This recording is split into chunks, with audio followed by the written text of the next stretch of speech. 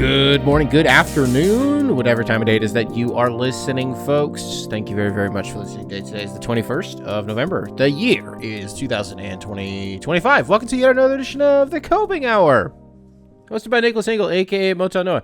We're going to be doing a lot of leaning on the emails in today's episode. Lots of fun stuff going on, but I figure it's been a while since we've kind of just devoted a bunch of time to it seems like it's been too often recently that I've been like, oh, a lot of good emails were sent in, and then for one reason or another I just isolate and I don't read them, any of them. And then also Bill Simmons actually just recently did he brought his mailbag back, and it was nice to just kind of hear him not take the show too seriously for an hour, and to just kind of, and so I was like, okay, honestly, maybe I'll just kind of do the same thing this week, and we'll take it easy, send you into your weekend with I think for the most part a pretty chill show today. Although I don't know, up top here maybe it's not so chill. It's semi hostile. I just checked the email moments before we started taping. This was minutes ago. Just as one final little, okay, hey, anything that I got to take a look at, before we start the show. There were two emails. One of you guys got a new Cade jersey from DH Gate. Just wanted to show that off to me. It looked pretty cool. Good looking dude too. Really good looking dude. He got the new City Edition one. It looked good. A lot of these fake jerseys that you can get from like DH Gate or fucking Temu, any of these like Wish, any of these places. A lot of these fakes are pretty good. And so, when it comes down to paying, sometimes you have to pay $30, and the difference is like maybe the quality in, like the stitching, or depending on what jersey you're getting. Like if you get a soccer jersey, like maybe the patches aren't going to be there. Who cares, man? Who cares? Because the alternative, the average, price tag for a jersey in any of these major sports leagues is what? The average? Maybe like 150. Hockey sweaters, I don't even know what those are at these days. I can't even imagine. I have no idea. But I know basketball jerseys, they're going to run you, they're all going to run you at least 100, and so that's completely out of control. Anyways, the email that I wanted to do, this just came in today. So a little update from the Coping Hour subreddit. A barren wasteland that I had completely otherwise forgotten about, outside of a handful of times that you guys have also sent in emails about the subreddit that I haven't really read on the show because I've just kind of let you guys have fun with that. I don't know what goes on in there. And I thought up really until this point again that it wasn't really, that I didn't really think it was an active place. Well, there was a post that was made the day that I'm taping this, and I would like to address that. This came into us from Arthur. Arthur, thank you for bringing this to my attention. I think this was the right thing for you to do. You didn't really say anything. You just said, hey, Nick, have you seen this? Have you heard about this? And you attached a photo. It was a screenshot from r/Coping Hour, subreddit to the show. Post that was made. It's a photo of me. I look really good in this picture. Really good outfit. And the subject of the post is the Michael Porter Jr. of the left.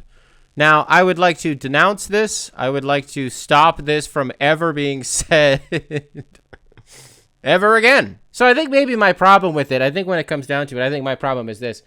I look at a guy like Michael Porter Jr. who, have you seen this, and have you heard about this, Arthur, and the rest of the audience? Just the other day, I think it might have been the day that I'm taping this, on Thursday, that Michael Porter Jr. was like, yep, I was censored, I was silenced by the Brooklyn Nets, and they have advised me to steer clear of certain topics when it comes to recording podcasts. Now, the reason that I reject this title so much, the Motown Noah, the Michael Porter Jr. of the left, is because I would never allow that to happen to me, ever.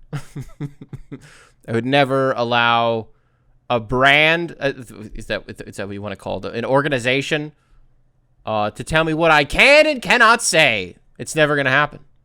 Case in point, here's another email, actually. This was a one that came in, was it this morning? One of you guys had a dream about me. This one comes in, it was from Zachary. Then this is going somewhere, too. Normally, I would not just pass along somebody else's dream. It's one thing when somebody tells you their dream, and you're like, oh, wow, really cool. But this is going somewhere, and it is tangentially related to what we were just talking about. Okay, Zach, welcome to the show, brother. Subject line, Nick Nightmare. Hey, Nick. Had a nightmare about you last night that had me absolutely distressed and grateful to wake up.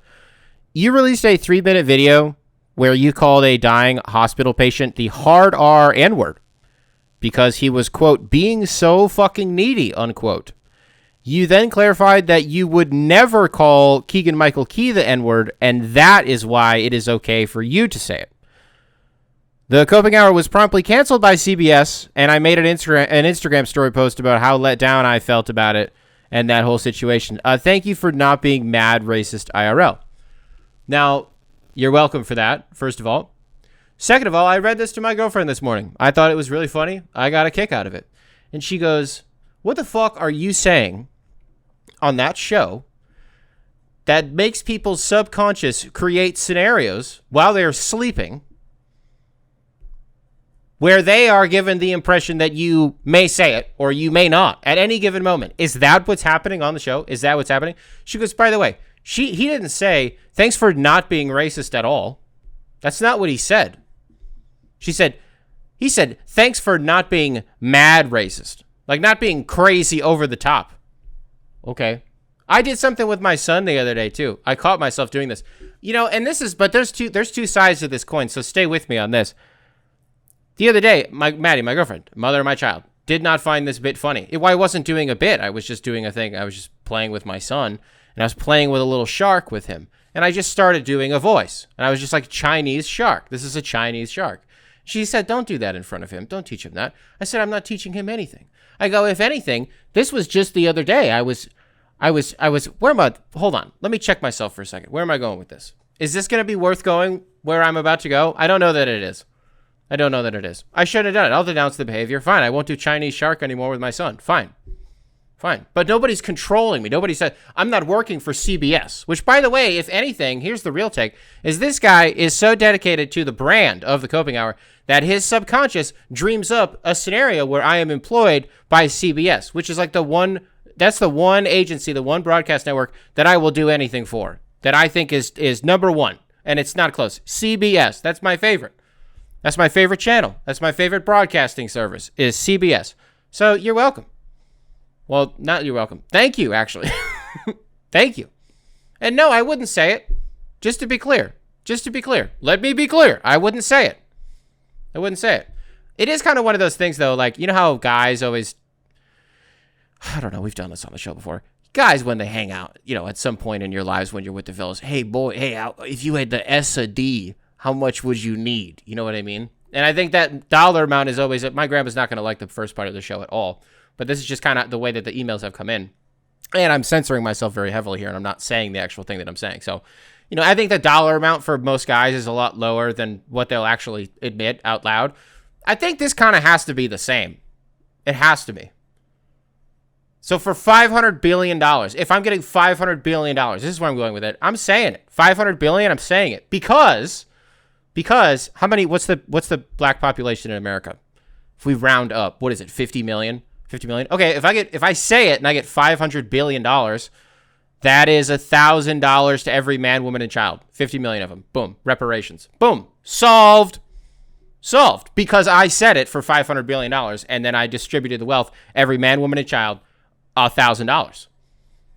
That's not so bad. And if you want, at that point, because I did the honorable thing, if you want to maybe cut 50 out of that, every man, woman, and child gets 950, and then the accumulative, I don't know, what's $50 times 50 million? 100 million? That's not true.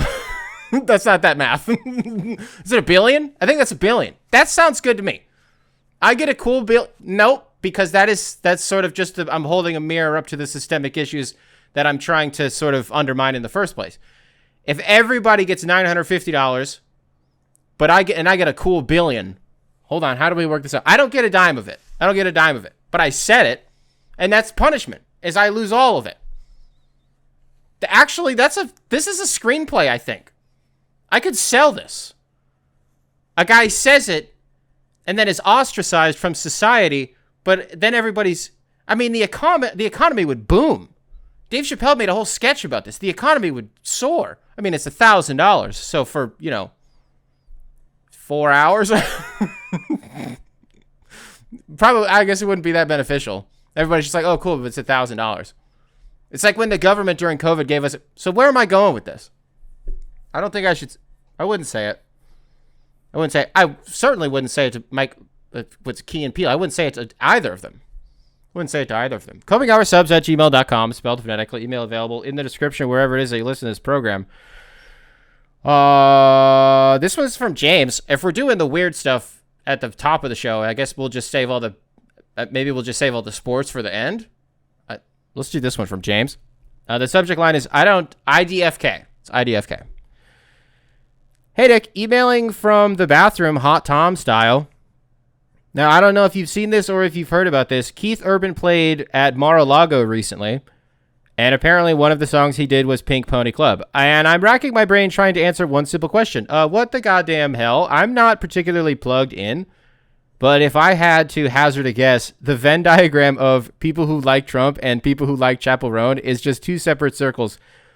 I get the feeling that not even the Republicans that crash Grindr at their events fuck with her. Is he a Trojan horse? Am I missing a simple answer? Or is it more complicated? I have no answers at the moment beyond it's just really fucking funny. So I was hoping that you'd weigh in. I think you nailed this because when I first started reading your email, yes, I had seen this and I had heard about this. Because my brain went to the exact same thing that you said, which is because there's a video of him doing the song. It's a fine cover. It's a medium cover, but the room is weird. The room is super duper weird because of everything that you just. It's super on the nose why it would be weird that that's a song that's being played. I don't know, the people who crash Grindr when the RNC goes to Milwaukee, or when when Charlie Kirk's funeral is happening in Arizona, and where do they play? Is it in Glendale that they play in Arizona? It's outside of Phoenix. I don't know where exactly they play. Where it's State Farm. Is it State Farm Stadium? Whatever the hell it's called. Wherever the Cardinals play. Where Charlie Kirk's funeral was. Grindr crashed. You know, there's just empirical data to say whatever. We don't need to go there. No, I agree with you that I don't think it's those guys, because how would they be listening to the song? I guess maybe their daughters, maybe, you know, hey, why don't you can play your girl music in the car, and then when that song comes on, they're like, fuck yes, and inside they're super excited because they can't let that shit pop up on their Spotify Wrapped. You know what I mean? So otherwise, you're going into like a private tab on like Safari or something like that. Oh, okay. Yeah, maybe you're doing that. I don't know. I don't know what it is because I agree with you that it can't be them, but I also don't know who else it would be. I did see this. I did hear about that. Yeah. People were really mad about the Great Gatsby party that he threw for, was it Halloween? I imagine it was probably for Halloween. People were really, really mad about that. I mean, sure, in the middle of a government shutdown, the sort of the irony of, it's in some ways it sort of felt similar. You remember was it at the beginning of the housing collapse in 2008? There's like those famous pictures of those people from, I don't know, fucking Morgan Stanley, Beta Kappa Phi, one of those big banks. I don't know, not digital fuck. Sometimes this happened to me earlier too. Sometimes earlier I was talking about walking to the car slow. And what came out of my mouth was sometimes I just shit and fart to the car, but that's not what I was trying to say. The words just kind of fell out of my mouth. And that's exactly what just happened there. Oh my God. Anyways, it was the Goldman Sachs or Morgan Stanley guys. This was like the bank people standing on like a balcony, like pouring champagne onto like people who just lost all their. If you remember the thing that I'm talking about, it kind of is the same thing with Trump having the fucking Great Gatsby thing. I did not have the whatever, man. I don't fucking care about this at all. Same way people were really mad that Trump was at the Commanders Lions game. Yeah, I mean the boos were super funny. The videos from I don't even want to talk about this because I just don't care about it.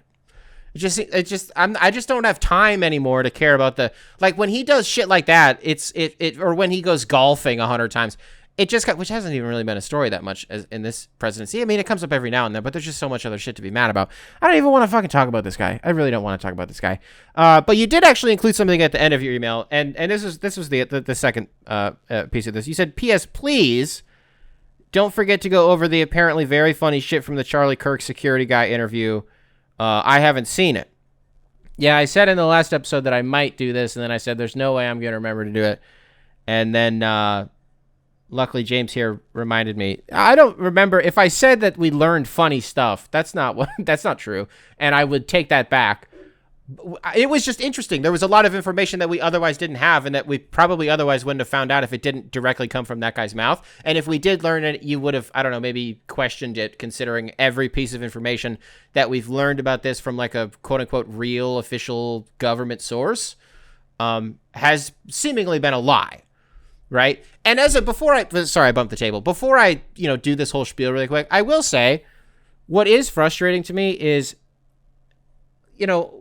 however you felt about Charlie Kirk, I do think it's interesting that people just kind of gave up on, I don't know that they accepted the Tyler Robinson thing, or they just don't really give a shit one way or another who did it. I think it matters like how this happened and who did this and all this stuff. Like, and what bothers me is whether it's this or whether it's Thomas Crooks, the guy who got shots on Trump in Pennsylvania. If I want to find out anything about any of these guys, or I want to listen to or watch somebody do like any sort of investigatory, like whatever the fuck, it has to be the most like right wing of the most right wingers like in the entire world. Because nobody else, centrist or otherwise, will cover this stuff. They just kind of are like, whatever, like who cares that whatever happened to Trump, whether he actually got shot or not, whatever. Like, but it's fucking weird that it took us a year to learn anything about that kid. And then the Washington Post on the 1-year anniversary of him getting killed, of him getting killed, but of him trying to kill Trump, they put out this whole thing where they dump a bunch of information. We like read the whole story on this show. They're like, there was like rocket fuel in the kid's fucking house and all this shit. Dude, not even that. And this, by the way, goes even more into what I'm saying, okay? In terms of like who you have to consume if you want to learn anything about this stuff. Like the Charlie Kirk stuff, Candace Owens is like the one that is creating all of these, I don't want to say storylines, but all of these pieces of information that other people are investigating. But she's the one that's bringing everything to light. And she's the one that's really doing, the only one that's doing any legitimate, like investigatory shit. And so it sucks for me that I have to keep if I want to keep tabs on this, then she's the one that I have to consume. So in the same way, Thomas Crooks, dude, you know who just did like a 20, 30 minute sort of deep dive, giving us a bunch of brand new information about this kid who tried to kill Trump in Pennsylvania, a kid that we otherwise just cannot, for one reason or another, get any information about from the federal government. A guy tried to kill the president of the United States, the incumbent president, he wasn't even the incumbent at the time, a guy who was running for president and had been previously president and we don't get to know anything about that guy. Tucker Carlson was the one who put out a 30-minute video within the last week.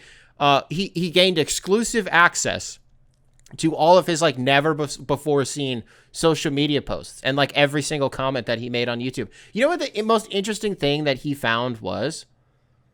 There was some stuff in there that I thought was bullshit and that I wasn't too sure about. But one thing that I thought was interesting, just sort of so there was like a noticeable shift. I've never been somebody who cares one way or another about like the political affiliation of either of these people. The Tyler Robinson guy, this fake guy, he's a real guy, but this guy that they just swept up off the street, his political affiliation does not matter to me.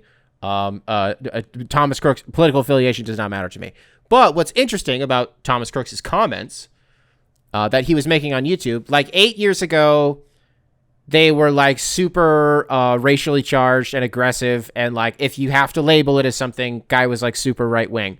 And then once COVID came around, the dude started like libbing up super hard and like loved Fauci and loved fucking science. Okay. Which is just an interesting shift. And then he starts talking a lot about political violence, and he starts talking about like how, well, we got all these guns and blah blah blah. They're not going to take these guns from us, and the only way to make a effective change in this world is violence, and like really saying some like pretty intense shit, honestly, all things considered.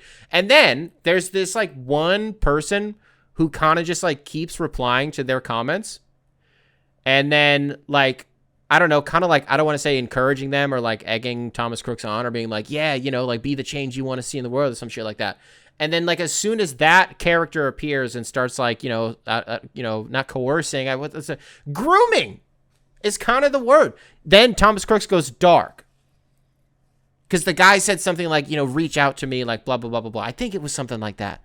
And I'm like, whoa, like what if this was like such a long game to like, there's some guy in a basement in Langley, Virginia, little CIA office, And he's just like grooming this kid on the internet. I'm like, okay, see, this is the point that I got to put the flag up. And I got to say, what are you watching right now? What are you watching and what are you trying to get yourself to believe here? Because like, I think it's important when you're getting in the weeds with all this shit, like that you do get to some point where you catch yourself believing something or thinking something that you're like, maybe I need to pump the brakes a little bit. So I don't know. Maybe I'm going to drop that one for a little bit. All right. I'm being super wordy here and I apologize. But if we pivot to the Charlie Kirk thing, which by the way, I don't know that I'm in any better of a position. But we did, man. We did get an interview with the head of his security detail. Brian Harpole was his name, head of Charlie Kirk's security team. He was the first one to jump on Charlie's body after he went down. This is a super brutal detail. What I'm about to say is very gross. You've all seen the video, and like the one thing that makes the video stand out is it begins with a B, right? Well, he says, as soon as he jumps on top of Charlie, he sees like through the wound immediately, not through it, there was no exit, but like he sees it immediately. He starts plugging it. And like Charlie's blood had squirted through his fingers and like into his mouth. Oh, bro. Terrible. They're talking about in a span of like 16 seconds, how they go from, getting on top of him and plugging the wound. And, you don't medicate on the X because you don't know if there are going to be any other shots. And it's about exfil and, keep moving and blah, blah, blah. And, as Sean Ryan was doing the interview, I apologize, I should have said that. Sean Ryan was doing the interview. He's a serious guy, but, he's a serious guy. And he interviews a lot of serious people, military personnel and like defense contractors and law enforcement and, a lot of really intense guys who have seen a lot of serious stuff. And this guy was no different. And that's what we learned is the guys on Charlie's security team were really some serious dudes, right? Like these guys had a lot of experience with a lot of shit. They talk about getting Charlie in the car, and this is another thing that pieces of information that we otherwise wouldn't have known. Not that this adds anything, but it does sort of put the puzzle together in a really interesting way. Just the timeline of things, I guess.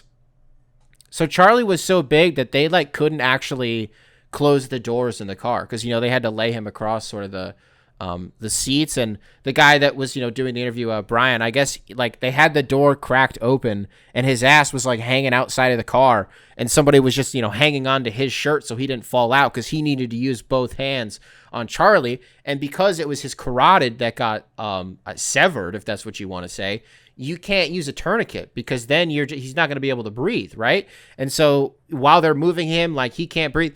One of the things that he said, and this was I had like a real, like, I kind of under my breath, like I gasped a little bit, I guess is the way to describe it. Because it just kind of caught me off guard the way he said this.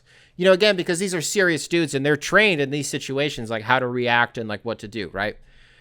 And so in the, 15, 16, 17 seconds from when Charlie gets hit to when they're picking him up and moving him to the car, at some point in there, he said he starts flicking Charlie's eyes.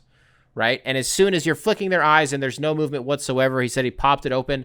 Doll eyes, I believe, is the expression that he used. And once you see that from somebody, it's like a dull sort of not expression in your eye. I don't know how to sort of medically describe what it is, but you can sort of tell right away that they're completely gone. Right. And I wrote it down here. Here's the quote that he had. The wounds that I saw, I knew were incompatible with life. Whoa. The wounds I saw were incompatible with life. Crazy. They talk about getting to the hospital. They have this trained, the guy who was driving, like he's a trained driver, like he's fucking Baby Driver. He's Ryan Gosling and drive. You know what I mean? Like he's a trained driver. This is what he does. Going 100 miles, oh my God, he goes 100 miles an hour. They get to the hospital.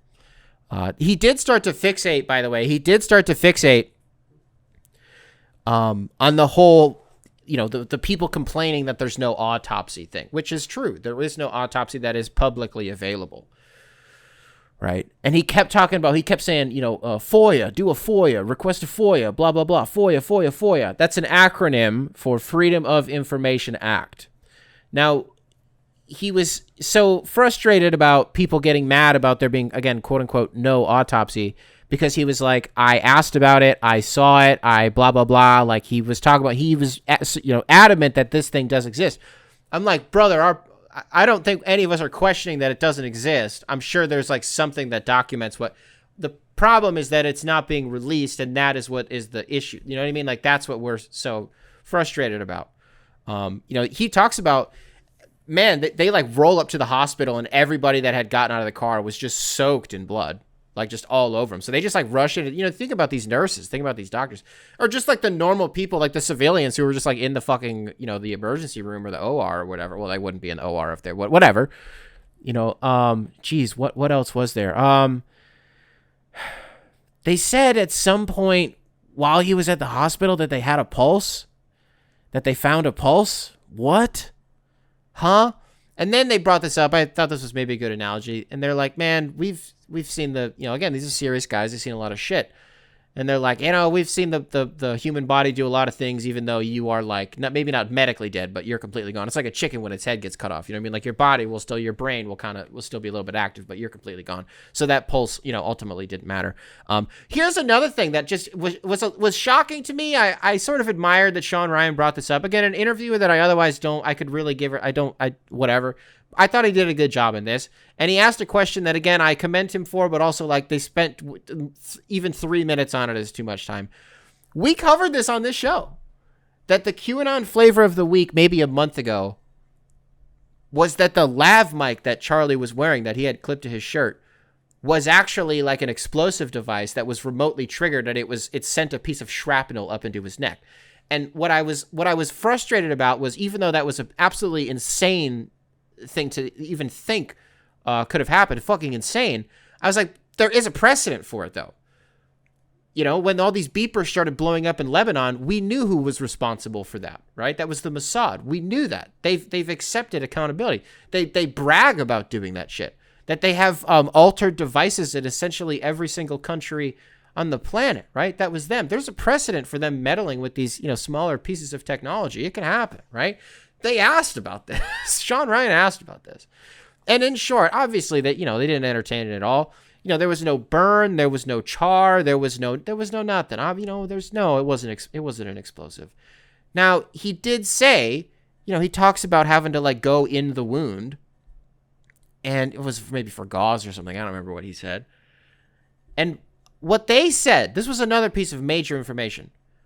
Remember that like Fox News report that came out, I don't know, within the first few days of after Charlie got killed, where they were like, yep, that bullet was stopped by his vertebrae because Charlie has the vertebrae of an ox, is the healthiest vertebrae imaginable, and it should have been turned to powder, but it wasn't because he was so healthy. Apparently that's kind of true. Guy was adamant there was no exit wound. Guy was adamant, checked multiple times, no exit wound, right?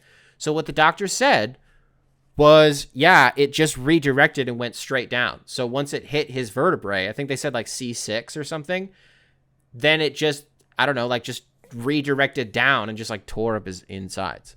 No exit wound. So, okay, I don't know. Some people suggested that if it was a 30-06 round, maybe it was because of the distance and the angle that it wouldn't have just completely, blown out his, I don't know. I mean, I actually don't know. I don't know guns and, how these rounds work. I have no idea. I just trust the people that, tell me things on the internet, honestly. And so what else was there? I'm not sure that there was, I'm sure there was some other stuff. The guy was taking it hard. I think it was just interesting to hear from a guy who people have spent the last, 2 months, including in their conspiracy theories and wanting answers from, and I think to get, again, a lot of them in a very candid way. What I saw was a guy who, maybe even though he has already been through a lot of shit, just went through some shit, right? And still hasn't healed from it. And I think, I didn't really think there was anything, like, if obviously something happened here, right? But he did not come across to me as a guy who was involved. I don't know. Kind of poked around a little bit at some conspiracy stuff. This guy just wasn't really having it. This guy just wasn't, and I don't blame him. I don't blame him. Guy was just doing his job. Talking about being at the hospital, one of the nurses pulls him into a separate room and, washes all the blood off of him. And he's just like, man, just crazy, sick, twisted, nasty business. copinghoursubs@gmail.com. Spelled phonetically. Email available in the description, wherever it is that you listen to this program. I think maybe now we can turn this back to, Now we can turn this back to ball. All right, folks. Let's do this one first. Let's talk a little NFL real quick. Let's do some NFL because I think this is a fun one. This one comes to us from Callum. Callum, what's up?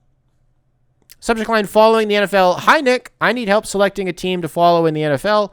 This has been my third season watching and following the sport from Australia, but unlike the NBA, no team has really grabbed me and made me care the way that the Timberwolves have. I've been keeping an eye on a couple specific teams over the course of the last 3 seasons. I keep up with the Lions, mostly so I'm in the loop whenever you talk about them on the show. However, I haven't found them particularly entertaining to actually watch play. I'm going to break the email for 2 seconds. I mean, they were averaging 45 points a game for the last 2 years. So if you don't like watching offenses in their absolute purest form, I don't know. I don't know. This year, sure, fair play. I hear you, brother. Trust me, I hear you too. I hear you on that. All right? But you say you've been watching the last 3 years. Well, the last 2 years. If you didn't like them, then I don't know, brother. I don't know. Let's get back to it. I keep an eye on the Vikings, primarily because I already follow one Minnesota team, and there's a lot of media crossover. So I get to know the opinion on the team through osmosis, but they kind of suck and are a frustrating watch. I find Josh Allen impossible to dislike when he's on. The Bills are the most entertaining watch, but there's just something about the team that I'm not connecting to. Maybe it's guilt that I'm latching onto an established good team. The Commanders were awesome to watch last season, but I don't think I've caught a game that Daniels has actually played this year.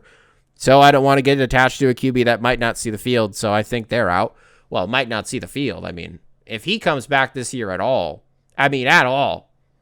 after what happened to his elbow. I mean, I'm pretty sure it was just a clean, didn't they say it was just like a clean dislocation? Like he didn't tear and it was at a UCL that's in your elbow, right? Like there was no ligament, anything. It was just that which is, it's really all that you can hope for. So maybe, I guess medically he could be cleared to come back, but there's no reason to do it this year.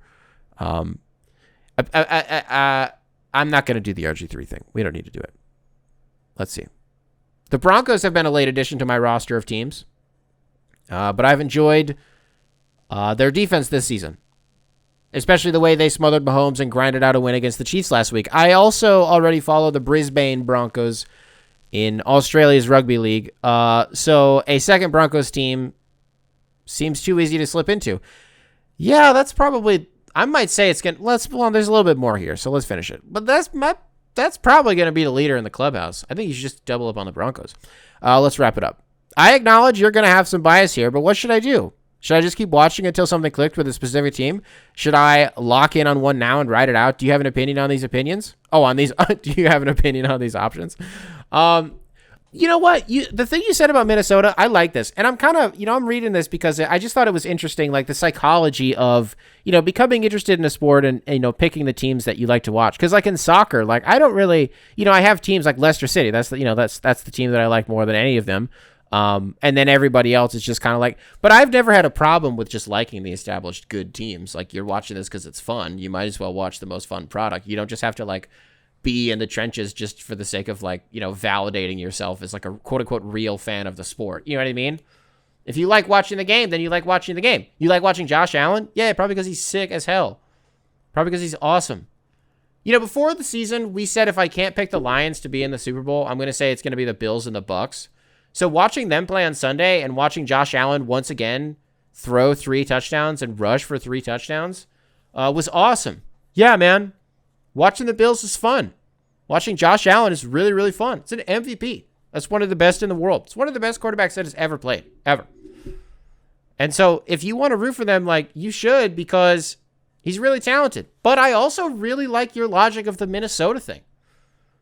Because if you're already rooting for the Timberwolves, there is something fun about just kind of existing in the bubble of that city, And the teams that, like, people talk about other Detroit teams in like the in other Detroit sports, like people talk about the Pistons in the Lions subreddit, like in passing in comments or something. And it's just kind of funny because, like, yeah, man, we're already all watching the same. It's the same thing with like Michigan and Michigan State. Like, yeah, we're already all watching the same stuff, and I do think that's kind of fun because that also means, I mean, I'm assuming you haven't been to the United States. Maybe you have. Well, if you kind of start to, lock in on one thing, like, one city, I should say. Well, I don't know. Maybe one day you like go there, maybe you go to Minnesota, you go to US Bank Stadium, or you go to, where do the Timberwolves play? Is it like Target Stadium, Target Arena or something? Is it that? I don't know what it is. Maybe you'll see A-Rod or something. That'd be sweet. Although Australian. An Australian would not care about meeting A-Rod. No way. Glenn Taylor? Well, no, he's gone. Is he officially gone now? Did that officially happen? I don't actually remember. Off the top of my head, I don't remember if that's happened. No, I think you should do that, though. I think that's really fun. I think that's really... The Broncos thing is that's not sustainable. That's not long-term. Don't trick yourself. Don't do it. That's sicko nasty business. I don't know what's going to happen with the Vikings, by the way. I don't... Is that a good long-term idea? I don't know, but I honestly, the Broncos it's probably a safer bet.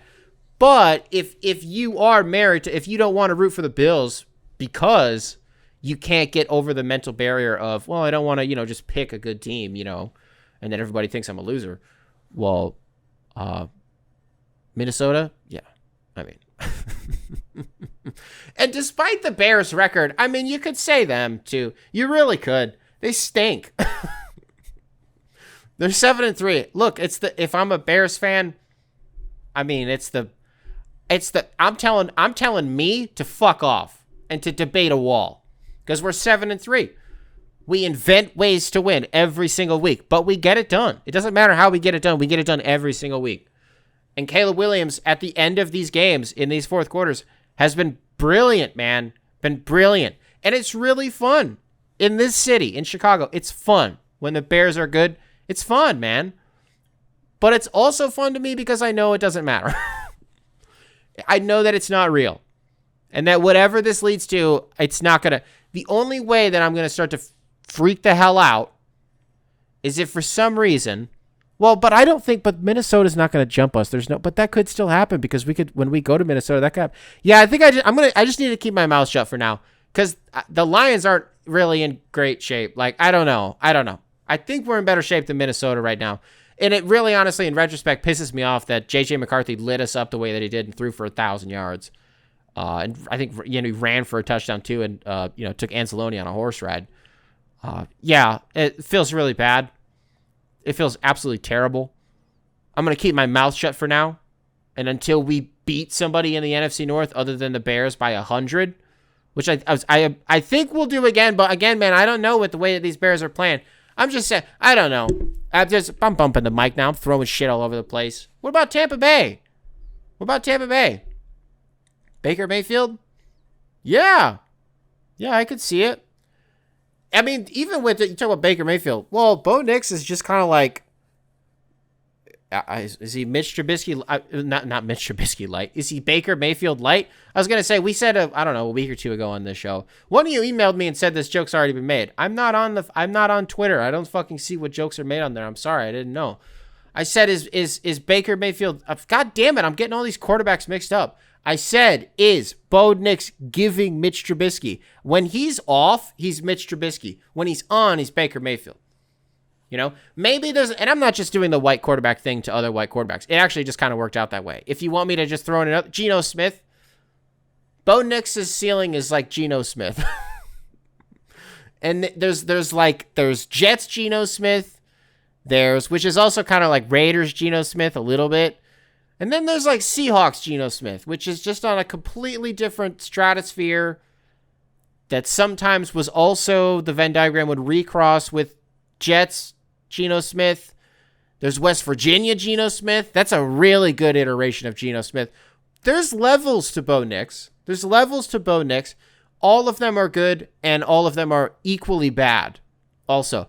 I'm sure as his career moves on, I think he could add a little Jameis to his bag, too. I think he could get a little Jameis Winston in him. If that's a ride that you want to be along for, the Bo Nix experience, Put a penny in the horse and saddle up, partner. And Broncos Nation, let's ride. Double up on the Broncos, which is what we said originally is probably going to be the leader in the clubhouse. I think that's what you got to do. But again, this is fun to me to think about the psychology of like, if you kind of start to figure out a sport that like, oh, wow, I guess I really like this game. And then it's like, okay, well, now I got to figure out all of this, the lore of all of the recent history and all of the storylines and who all these players are. And then, picking the team, I think, comes secondary, at least for me.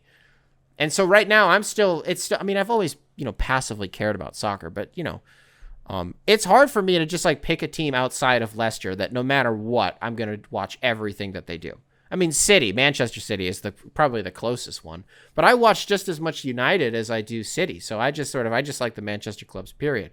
But if I had to pick between one of them, Manchester's blue, so I'm definitely going to take the Citizens 100%. It's a good email, though. copingoursubs@gmail.com, spelled phonetically, email available in the description, wherever it is that you listen to this program. So the irony, right, is James had sent in the email, and at the beginning of it, this was the Charlie Kirk email. At the beginning of it, he said, emailing from the bathroom, hot Tom style. And what's funny is 90 minutes after he sent that email, we got an email from Bathroom Tom, a.k.a. Wizards fan Tom. Some of you may know him by his preferred nomenclature, Hot Tom. He's a Wizards fan who always emails us when he's in the bathroom. We haven't heard from him in a while. Tom, welcome back to the show. Subject line. Well, you sent a correction later about what you want the new subject line to be. Let's get that. Subject line, the Wemby problem, a.k.a. the decline of Team USA basketball. This is a long email, so it's probably going to be one of those ones that we commentate while we're reading the email with Tom. Hey, Nick. Law school, bathroom, compost toilets. Same shit, different day. Compost toilets. Let's break it right there, Tom. Does that mean are you going outside and there's no plumbing? You just go outside? Is that what that is? Like when you compost and you have like a pumpkin or a gourd or something and you go and you throw it into like Maga Jared seems like a guy he composts. I bet that guy composts. I bet he has it at some point in his life. Somebody in his family has taught him about composting before. There's no way that hasn't happened. A compost toilet? This has got to be something. Am I thinking too hard about this? Is this some fancy lawyer toilet that we don't get to know about because we don't know how to, read the directions to get to the bathroom because it's riddled with all of these fucking words that don't mean anything and that are just meant to trick people with smaller, more underdeveloped and less wrinkled brains? A compost bathroom? I think you're shitting outside, Tom. I think that's what's happening here. And I think you're not able to flush it. And God knows, I don't need to keep going with this because my grandma's already going to be really mad with this episode. She's turned it off at this point. Let's just look up compost toilets. Let's just see what's real with these compost toilets. The Coping Hour, ladies and gentlemen, where we figure out what the hell is this. It appears that a composting toilet is a self-contained system that uses microorganisms to Wait, am I right? Am I right about this? Why do you guys have this at law school? You're going to law school? What's the average tuition of a law school? Do you think if I ask Siri that she's going to know? There's no way. $4 million? You can't flush a shit down the toilet at law school? You got to go outside? What are you at Shrek's swamp? What school is this, Tom? What school is this? Is this DeVry University? Is this Grand Canyon University? What is this? Sorry, University of Phoenix. I'm not trying to disparage Grand Canyon. That's my bad. I'll put a hand up. I was thinking of University of Phoenix. I'm sorry. Not Grand Canyon. That's a real school. What's that? Oh my God, this is going to piss me off so much. People who are my age and like older, okay? But I think people my age, I just think it doesn't matter. If you remember this commercial from like 15 years ago, what the hell was that school when that guy he would like wear like a beanie and his like pants would sag and he would get in front of the camera and he'd be like, hey, get off the couch, you lazy piece of shit, you fat, dumb idiot. Get off the fucking couch. Go to school. What are you fucking waiting for? What are you, nervous, pussy? Go to school. What are you scared of? Go to school. What are you scared to learn? Are you scared to pick up a book? Look at this guy. Get a load of this guy. Are you scared to pick up a book? And then, but it was for like an online university. And it was it DeVry? DeVry Institute of Technology? Is that what it was? That sounds like a fake school. That sounds like a Scott's Tots fake school. I don't know what that is. You know what I'm thinking of? What are you waiting for? Go to school. Get off of the couch. Go to school. What are you waiting for? Like in my head, he looked like it was a mix of Damon John and Common. I don't remember if that was a real. Well, it was a real thing. It was absolutely a real thing. Tom, let's get back to your email. I promise this is not a Wizards email. I know how you feel about talking about us, and I don't hate talking about the Wizards. I like the Wizards, Tom. I like the Wizards, Tom. I keep breaking your email. Let's just read the damn thing, okay? But I like the Wizards. I know how you feel about talking about us, and I wanted to bring something up that I think is more pressing than ever. Obviously, it's been a minute since the craziness that was the basketball that was being played during the last Olympics. I personally have gone back multiple times to watch that Olympic final. There were so many storylines that happened. The why is Tatum not playing debate, the KD Ant team up and potential for Minnesota KD experience, the Steph Curry nuclear final 2 minutes. Most importantly, the moment which I believe created the future MVP, the future multiple-time MVP, Victor Wembanyama. Yeah, we'll break it right there. We'll go in order. The why is Tatum not playing thing. Yeah, it's crazy to look back on that in retrospect, how massive that storyline was, which isn't uncommon. I mean, with USA basketball, whether it's FIBA or whether, the World Cup or whether it's the Olympics, there's always something that happens, and it always ends up, and usually it's just about playing time with one of these guys. The Tatum one, of course, was especially interesting, given that they were at a month, 2 months removed from Jason Tatum literally winning a championship. And even though he didn't win Finals MVP and he didn't win even Conference Finals MVP, that went to Jaylen Brown, a guy who was left off the team. And, people had some questions about why. And that was sort of the B story to this whole Jason Tatum thing. And that's why some people didn't care that he wasn't able to play. It was because they thought it was like, well, now you're kind of getting yours, kiddo. No, it didn't matter. In retrospect, it just doesn't matter. It doesn't matter. Because instead, we got the ultimate send-off, like Tom said. We got the ultimate farewell. People at the time, there was an argument that was like, well, the reason that Tatum's not playing is because it's Steph, KD, and LeBron's last time around. And, they got to get all these minutes.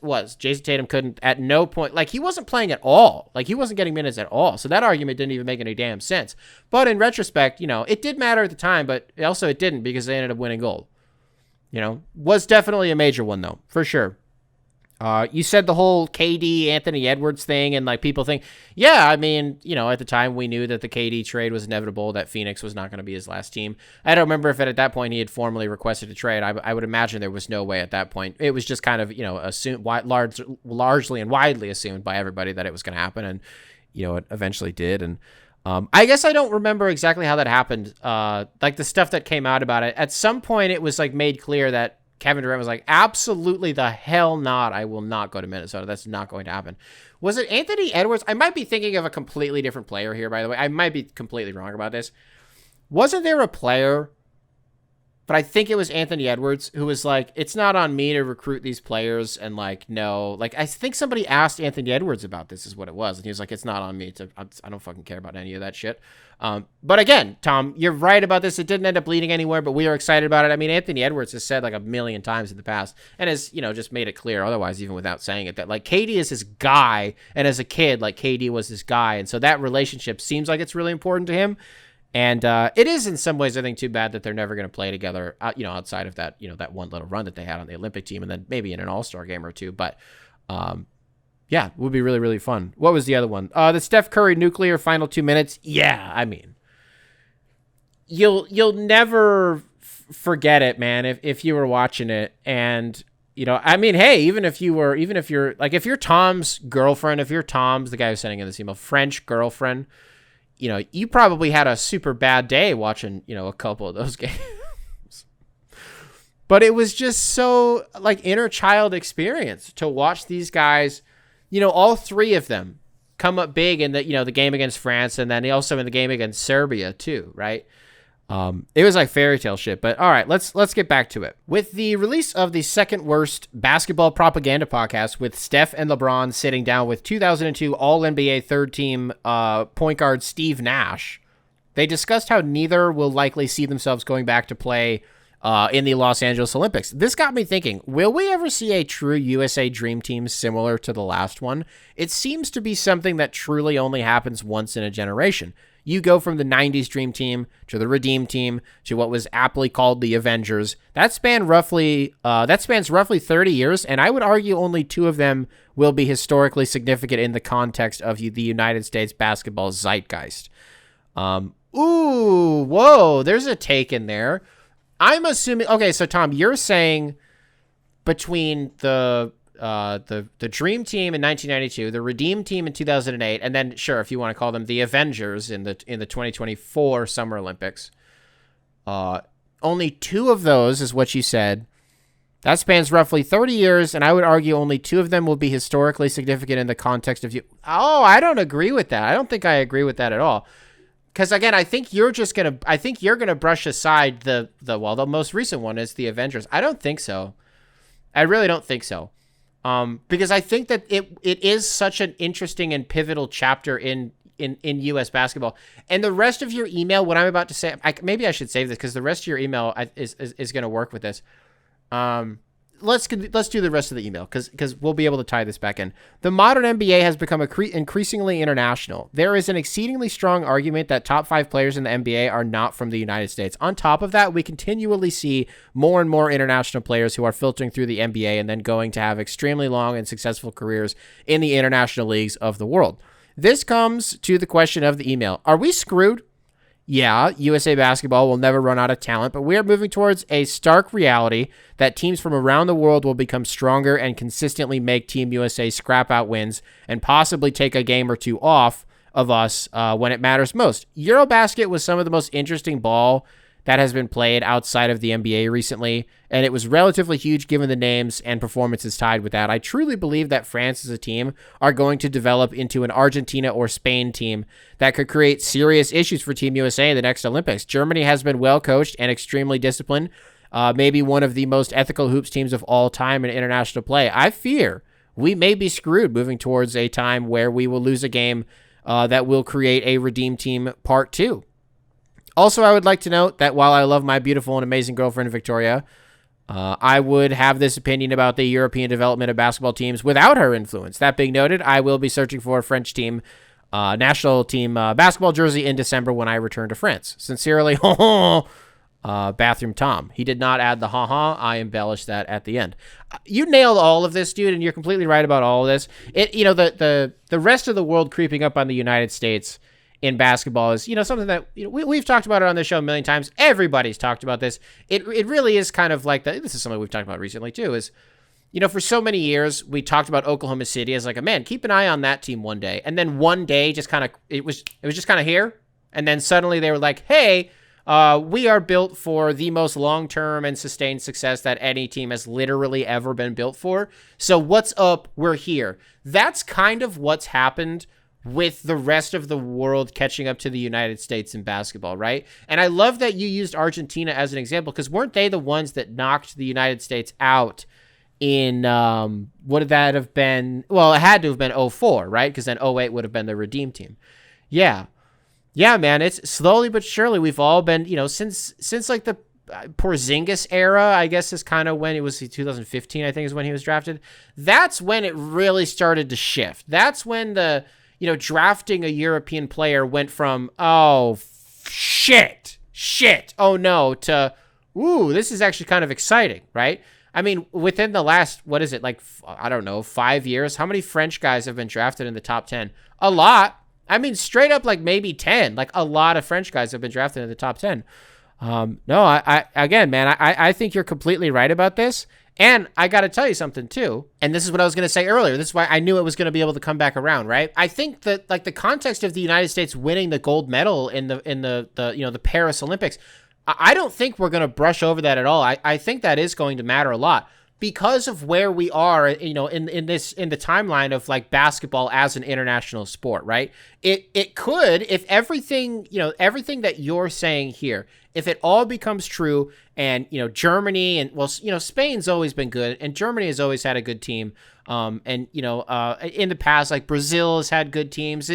Thiago Splitter, I think, was he? I don't think he was Argent. No. He was either Brazilian or he was from Spain. Two, geographically completely different. But you understand why. To me, I could understand why. It could conceivably be either of them. I'm pretty sure he was from Brazil. They had Leandro Barbosa, France. All these countries. Slovenia. I mean, just through virtue of having Luka, don't they have do they get Bogdanovic? Don't they have Bojan? They have Bojan Bogdanovic. I think they do. If everything that you're saying comes to fruition, and maybe the United States, in some of these international cycles, maybe they backseat to some of these other countries, well, then the context of that gold medal in Paris becomes, wow, that was kind of the turning point. That was officially when it was over. Now, I know, what was it, FIBA? The reason that the quote-unquote, the aforementioned Avengers assembled in the first place was because it was 2 years prior, right? With FIBA, and I don't remember, because I remember very vividly, actually, refusing to pay attention to Team USA that summer, because it was clear, everybody knew that we had given up on the product, while everybody else were assembling their Avengers, right, and taking their program super seriously. Guys in the United States started to care less and less and less about playing for the international team, and that really caught up to us in a major way, right? So I think that's another reason why Steph and KD and LeBron coming back really did mean so much, because I think it showed a new generation of United States basketball players who were, in the league or maybe otherwise, and, haven't gotten here yet, but by the time the next international cycle comes around, will be, well, they're not going to be fucking on the team. Well, I don't know, like a Cooper Flagg type guy, honestly, is a good example here, where like in 2024, he wasn't even enrolled at Duke yet, but by the time the next cycle comes around, is he going to be on the FIBA team? Like, I don't think it's inconceivable to think that he's at least going to get invited to Vegas, right? And so you show guys like Jason Tatum, you show guys like Halliburton and Anthony Edwards, and I'm looking at a guy like Cade Cunningham, maybe to be in that backcourt with Anthony Edwards on the Team USA, perhaps. Maybe I can get a little bit of that. Maybe that. Yeah, how's that sound? I don't know. I think it hopefully just like it reinvigorated those guys, or just invigorated them, period, because it was never there to begin with. So there was nothing really to reinvigorate. Take this shit seriously, because the rest of the world does, right? And then I also think, Tom, here's the other piece of it for me. This is exciting. I really think this is exciting. Not that when the U.S., in the last, you talk about, if you want to use the last 30 years and, 35 years, the timeline that you used, where the United States has been so supremely dominant and successful in these international tournaments that, like, I'm not going to say they all feel Mickey Mouse, but like in a lot of these years, like the Redeem Team, namely, the disparity in talent in so many of these matchups was just such that it was kind of like, yeah, and Steve Kerr's talked about this, and the players talk about this all the time. Like, if they didn't walk away with the gold medal or the FIBA World Cup, the championship, like, it was a failure. You could not come in second. You could not come in third. God forbid you don't medal. You have to win. You have to win. That's what the standard is. That's not been the case for like 10 years now. The world has, at this point especially, caught up. And you saw it in the Olympics. You saw how intense that Serbia game got. They were down by like 20 in the second half. It was scary hours. It was over. It was over. This is how LeBron and KD and Steph had never played in the Olympics before. He had played for the international team. He played in the FIBA World Cup in, I don't even know what year this would have been. 14 maybe? It might have been 14. I have no idea. I think it might have been actually 2014. It might have been. That was the first summer, whatever year it was the first summer, so it might have been 15 actually, that Clay grew his facial hair. So it was the first time that he had grown the goatee out, and it was a shock. It was shocking when Clay had a goatee for the first time. I don't know how you guys remember that, when Clay had facial hair for the first time. And so for Steph but they did it. They did it. Look, Yabusele was so damn good for France their entire run that it got him another contract in the NBA. The guy got to play in the NBA again because of how good he was in the Olympics, right? Everybody's watching. And I think that's the other piece of this again that's fun. So I guess I didn't really finish that point, by the way. So like as the world catches up, if the United States keeps succeeding, it just makes it that much more valuable. You know, it just means that much more because the rest of the world is so good now. I still believe in my heart of hearts, I think most, if not all people in the world would agree with this, we're still the best. Like even if in the next cycle, we are not the ones that win, we have the best collection of talent. But like when it comes to, Tom, you talk about Germany and discipline, right? When it comes to like intangibles, if that's what you want to call them, I think that's where we may be getting lapped a little bit, right? But again, that's where it just goes back to why I think this last cycle was so important with all of these older guys, with all these veterans, because, so many of these players, we talk about Anthony Edwards and Kevin Durant and what their relationship off the court seems to be, right? And how he looks and how Anthony Edwards looks up to KD. Well, shit like that matters, Shit like that really matters. Like, think about it this way. Like, if Kobe would have been able to be on that team, like, what that would mean to Jason Tatum. You know what I mean? Like, if that sort of relationship. So I just think it matters. And I think it's cool. And this is the other thing I was going to say, is since so many of these other teams are so good, and since, like, so many of these, EuroLeague is doing so well these days, and, so many other fans in these other countries, like, really care. Like, Turkish fans especially I think this, and this is mainly maybe for soccer, but Turkish fans are just the most insane ones in the entire world. And I don't know if it's close. I just think the most insane ones, the ultras are the most insane of any of the Italians. If you want to talk about the ultras, the Italians, well, the Germans, I guess they plant bombs. Didn't the Borussia Dortmund bus got bombed by an ultra, right? In what year was that? 18? What year was that? It's a long time ago. But also not that long ago that a professional sports team's a professional sports team bomb got bust. No, the fucking bus got bombed outside of a stadium. Players were inside the bus, got bombed by a fan. I think it was by a fan, right? It's by an ultra, right? No, I don't know. These fans are crazy. And the fact that like the United States playing an away game, France was playing in Paris, bro. That sounded like such a dumb sentence. The French international team was playing the gold medal game in Paris, bro. And Steph Curry and LeBron and KD got it done. That rocked, dude. That rocked. The rest of the world is catching up, for sure. But it's fun. It's fun. You also wonder, like, with NBA Europe on the horizon, seemingly, within the next couple of years, we'll have NBA Europe off the ground. It'll be interesting to see what kind of talent emerges from some of those places. Now that there's new infrastructure, you're introducing all of these new audiences. You would imagine. I mean, they're going to be introducing these teams in markets that already have basketball teams, but because they're going to be able to amass more talent, you wonder what it's going to look like. Maybe with guys who don't get they can't get another contract here. Maybe are they able to go over to like Manchester or what's the other team? London or something like that. And that way they're still kind of in the NBA. And then it's like, oh, did you see fucking Steven Adams is on the Manchester Balls? And let's go to the game. Did you see I don't know. I can't think. Couldn't name a single fucking NBA player. Couldn't think of a single guy. No, I don't know if that'll mean anything. What else do I got for you guys today? Chicago dining. You guys always email me about this. I say always, once a month maybe, but Chicago dining. Well, okay, so like Michelin stars just happened here in Chicago. You guys want a fun fact about Chicago, like Michelin starred restaurants?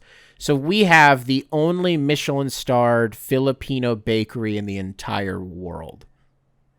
And this past week, they just got their second Michelin star. It's the single one place.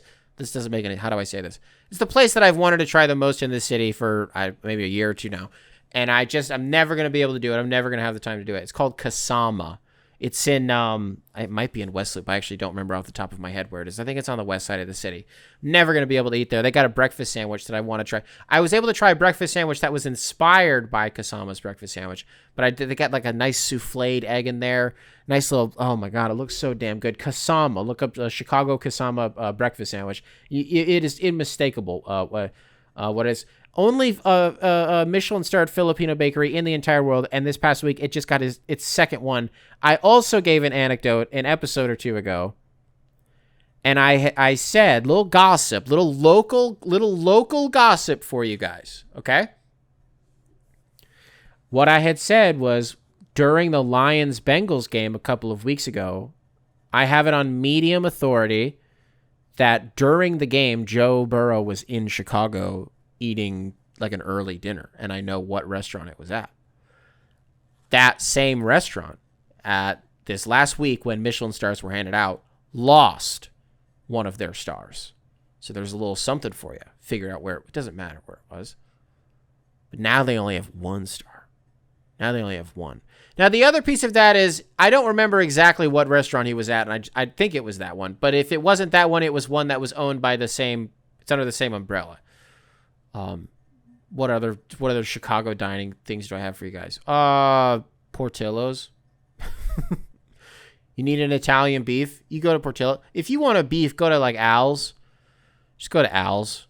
Portillo's has a good one. You want my Chicago Italian beef take? You real beef heads out there are gonna hate this, and you should. I think I'm wrong about this, by the way, but this is just my how I eat. So I get mine dry. I don't want it dipped. Now, for those who don't know, an Italian beef in Chicago, this is just like it's like a chopped cheese in New York, or like you go to damn Philly, you get a cheesesteak, right? Like it's sort of one of the staples here. You think about the pizza, you think about the hot dogs, and you think about Italian beef. But Italian beef, I think, exceeds all of them, right? And you can like dip it in this damn like a gravy sauce. They like will literally dip the entire sandwich. They'll baptize it. So it's just soaked in like this gravy, right? I don't like doing that at all because it's just already so messy as it is. And I just don't want the bread to be, then the bread gets all soggy. And it's one thing if the bread is getting soggy because of the meat that's already, and it's getting soggy from the inside. You know what I mean? That's a completely different thing. Soften it up from the inside. I like that because then there's just more of it there's more juice in the bite. But when it's just already soaked in, it's just way too messy, and I always get it dry. And that's always such a big point of contention. Like another thing in Chicago, I'm sure you've heard this one before. You're not allowed to get ketchup on anything, but specifically hot dogs, you're not allowed to get ketchup on hot dogs. Now, I don't eat ketchup on hot dogs. I did as a kid. As an adult. I don't. I just eat them plain or with onions or with chili and onions. I don't even really like to put cheese on my hot dogs. Chili cheese dogs is like, there's already too much on this dog, and I don't need it. I don't need to do this. Just give me some onions or something like that. I don't really need the cheese. Man, a bitch loves onions, bro. I eat the hell out of a raw onion. Well, I wouldn't actually eat a raw onion, but I mean, like, when I dice the onions, like, I'll just like pop a raw one. Or like when I'm making pasta, like Maddie and I just really like the raw onions. So like I'll add the onions to the meat super late. So like I season them a little bit and they soften up just a touch. Right? But they're still basically just super raw. Dude, I love onions. Onions belong in everything. I use white onions. Always. Always use white onions. Dude, I made some, this was like I don't know, was it last NFL Sunday? It was like 1 or 2 NFL Sundays ago. I just had chili on like the whole day. I've never made chili before. I've never actually done it by myself. And so I just, we're just doing stuff with Roman all day, and I just had the pot just simmering for hours and hours and hours. Bro, it was so good. So good. You know how many onions I had in there? So many of them. Like, I pretty much only structure the meals that I will make for our family around, can I put onions in this? Chives, so much. I put chives in everything, dude. I put chives on everything, too.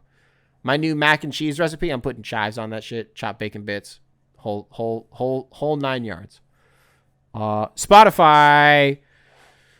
I don't know, Spotify. You guys cooking? Like, what do you guys like? I don't know. Some of you guys are going to be in college. Maybe in a dorm. Some of you, high school. I don't know. Wherever you guys are at in life. Some of you guys are going to be like 45 years old. Got a whole family. What are you guys making?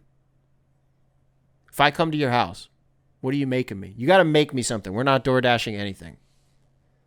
Right? You got to make me something. It can be like, damn, hamburger helper. That's fine. If that's what you do, good. That's fine. You got a peanut butter and jelly? I don't want it. I don't like jelly. I don't like jelly.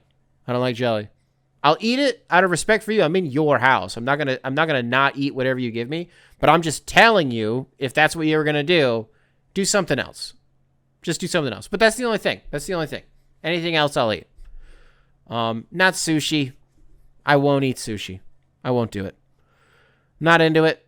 Anything else I won't eat? The only allergy that I have is amoxicillin. So as long as there's no amoxicillin, if there is, it's okay. I'll just get hives.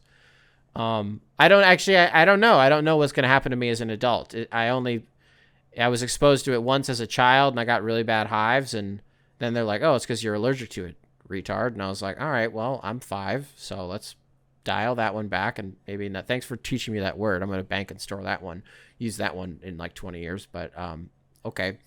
And so maybe no amoxicillin, no sushi, and no jelly. No jelly. You can do peanut butter if you want. All right, Apple Podcast. What's up?